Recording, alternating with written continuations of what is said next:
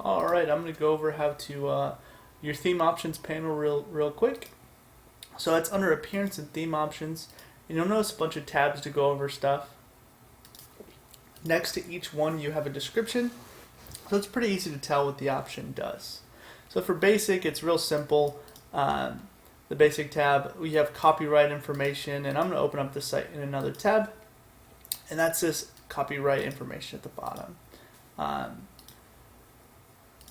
So if you wanted to adjust that, adjust it as you need, and you don't need the developed by the way, that's just filler text. Then we have our breadcrumbs, our light sidebar. The breadcrumbs, just this navigation over here, so if you wanted to get rid of it, you can just deselect it and save your options, and you got rid of it. So then the blog is pretty simple as well. It's mainly whether you want to have a sidebar displaying or not, and there's a couple other options. Then under the homepage tab, it's a very similar setup, whether you want a sidebar or not, or the homepage latest post to display, simple checkbox on or off. Then there's the social tab, and this one's pretty cool.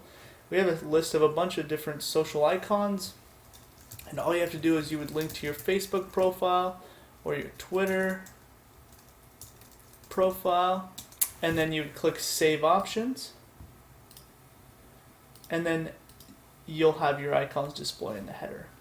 And you'll notice there's another set of icons, and icons are actually used. We have a social icons widget, and this is how you would control what icons display in the widget, and you can add the widget in the sidebar if you wanted to. It just kind of gives you another option. And then under appearance, this is where you would upload your own logo. Very simple. The only options to make note of is you want to add your logo width right here. And then there's this social icon positioning, and basically what this does is it's the header social icons, and it'll either push the icons down or up. So for instance, if we put a logo that wasn't very tall, this white area will be a lot more narrow, and so you would need to move the icons up or down. And if you added a logo that was too tall, you can add in a big number like 60, and this is just letting it know to push it down 60 pixels. And so you can just adjust that as you need be. Then we have this home icon display button, and basically all this is saying your first navigation item is going to become your home page. So if you don't want that, you can just deselect it. And if you want it, you can select it. It's pretty easy. Then we have our home icon and so if you have that option turned on, you can edit these templates here. We've included Photoshop files. Under miscellaneous and templates, we have home icon and then the Retina version of the icon. And you would just edit these in Photoshop, and you can edit the color, or you can change the icon if you want it as well. And you would just upload it to this area. This is mainly if you were going to change the hover color.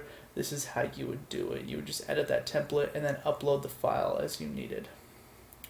And then we have a bunch of body fonts that you can change if you want to change the font faces. Then under tools, this one's just kind of an easy thing we threw in there. So if you wanted to adjust the homepage title and meta description, that's just some SEO stuff. You can adjust it there, or you can get an SEO plugin for that if you wanted to. You can drop in your tracking code, any custom JavaScript, and any custom CSS code. So this is kind of nice if you wanted like a quick, disabling of the search or something. You can just type the code in there as you needed to, and then save it very easily.